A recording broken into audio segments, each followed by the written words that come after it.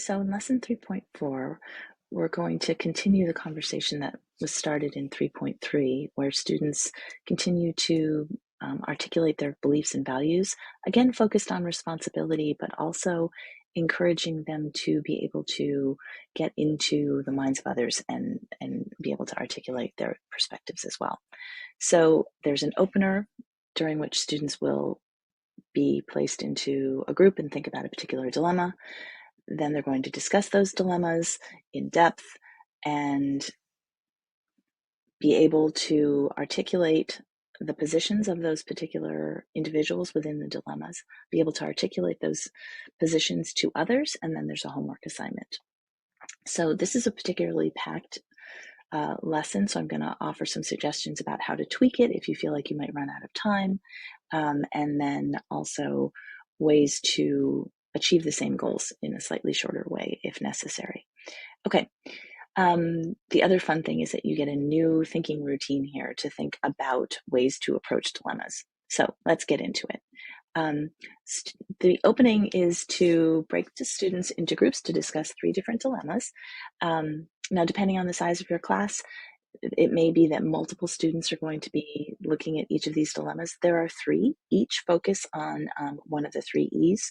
So one of the dilemmas is more about excellence, one is about engagement, and the third is about ethics. If you have a large class, you can have multiple students looking at this dilemma looking good, multiple groups of students looking at finding the thread, and multiple groups of students looking at a life worth living.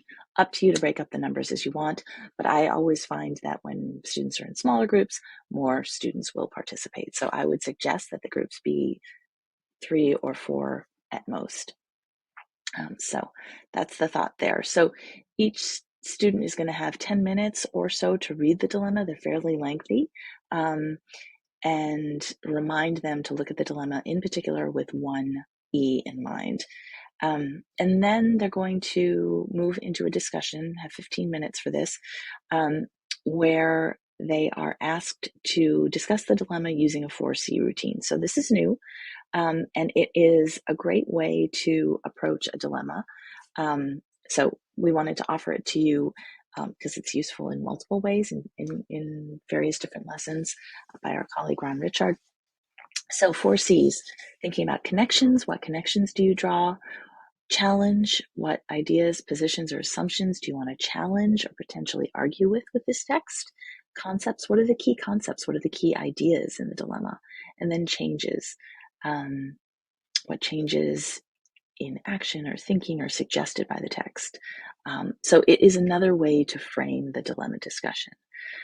Reminding them, of course, that they are thinking about one particular E as they do this. So this is the kind of thing you can imagine that this might go on longer. So if you want to offer your students more time to really dig into the 4Cs, by all means do that. And then if there's something to cut in this particular lesson, feel free to cut this part 3.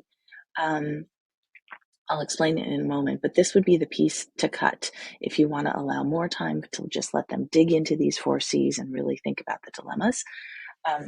If you feel like you have plenty of time, the idea would be to ask the students to rotate so that one student from each different type of different dilemma discussion is in one of those groups. So they're working with someone so the students who'd been looking at a life worth living, one of them is now talking with a student who has worked on a different dilemma.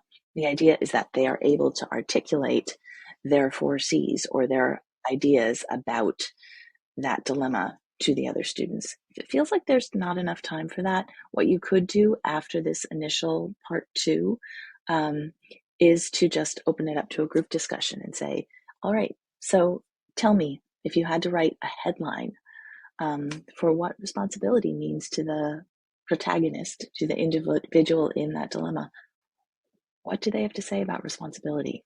What would you say are Dr. Bernard Lohn's current responsibilities, and what was he struggling with in the dilemma, A Life Worth Living? I think that's his name. If not, I'm sure you'll be able to find it. And so that's another way that you could tweak that activity. And then finally, the homework assignment. This is another way to think about responsibilities. And as always, we want to offer multiple ways to carry out the assignment. So it's fairly far over here because of all of the different dilemmas, but it is offered as a writing assignment. But what you might want to do is offer alternative opportunities to think about this assignment. So they could potentially, do a comic strip, or they could record a video talking about their responsibilities. So there are multiple ways that they should do this. They could do this. It doesn't always have to be a written assignment. So those are the main points that I wanted to share. In both lesson 3.3 and lesson 3.4, we come back to responsibilities in many different ways because it is a key good work frame. And so it's asking students to think about responsibilities for themselves. It's asking students to think about what individuals who are struggling between conflicting responsibilities, what they're trying to juggle, hoping that the multiple ways in really help them to grapple with the ideas and to ultimately come to greater understanding with them. All right. Hope this was helpful.